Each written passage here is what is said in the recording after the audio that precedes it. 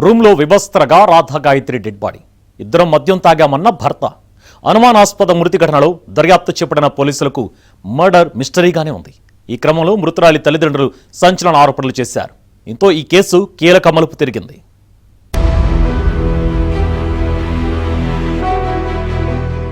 ఢిల్లీలో సాఫ్ట్వేర్ ఇంజనీర్గా పనిచేస్తోన్న 27 ఏళ్ల రాధా గాయత్రి ఉత్తరాఖండ్లోని ముస్సోరీలో అనుమానాస్పద పరిస్థితుల్లో మృతి చెందిన ఘటనలో మిస్టరీ ఇంకా వీడటం లేదు.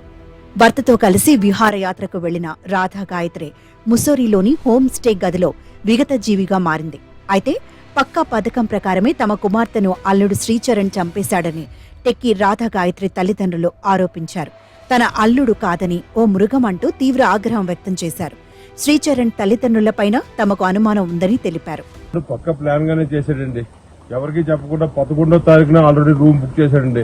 ఆ విషయం మా అమ్మాయికి కూడా తెలీదు. ఎవరికి తెలియకుండా మా అమ్మాయికి తల్లిదండ్రులకి ఎవరికి తెలియకుండా వాడి ప్లాన్ అయితే ఇందులో లేదండి. వాళ్ళది మా అమ్మాయికి ఇక్కడ రావాలన్న ఆలోచన లేదండి. వాడే ప్లాన్ గా బుక్ చేసి ఇక్కడ తీసుకొచ్చాడండి మా అమ్మాయిని. ఇంకా 100% మా అమ్మాయిని చంపడానికే తీసుకొచ్చాడు నేను ఎవరితో అనుకుంటానండి. ఇక్కడ వచ్చి చూశాక ఈ ఏరియాకి మానవుడు అన్నవాడు ఎవరు రాడండి. మృగం అండి, అదొక మృగం. ఆ మృగం వచ్చే చంపేసిందండి నా బిడ్డని. మానవుడు ఎవరు రాడండి ఈ ఏరియాకి.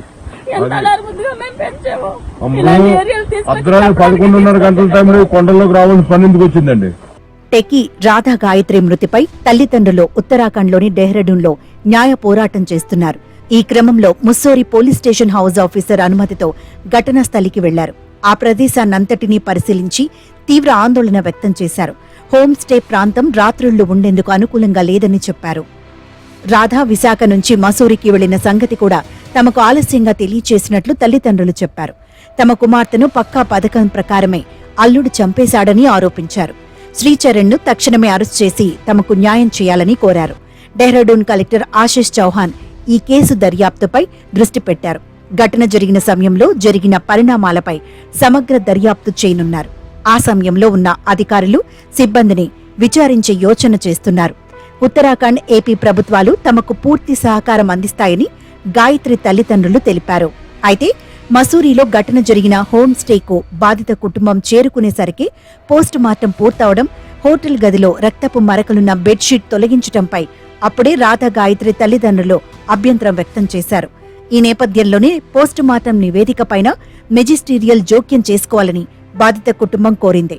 ఫోరెన్సిక్ నివేదిక జాప్యం కావడంతో పోస్టుమార్టం రిపోర్ట్ సైతం ఇంకా వెలుగులోకి రాలేదని సమాచారం.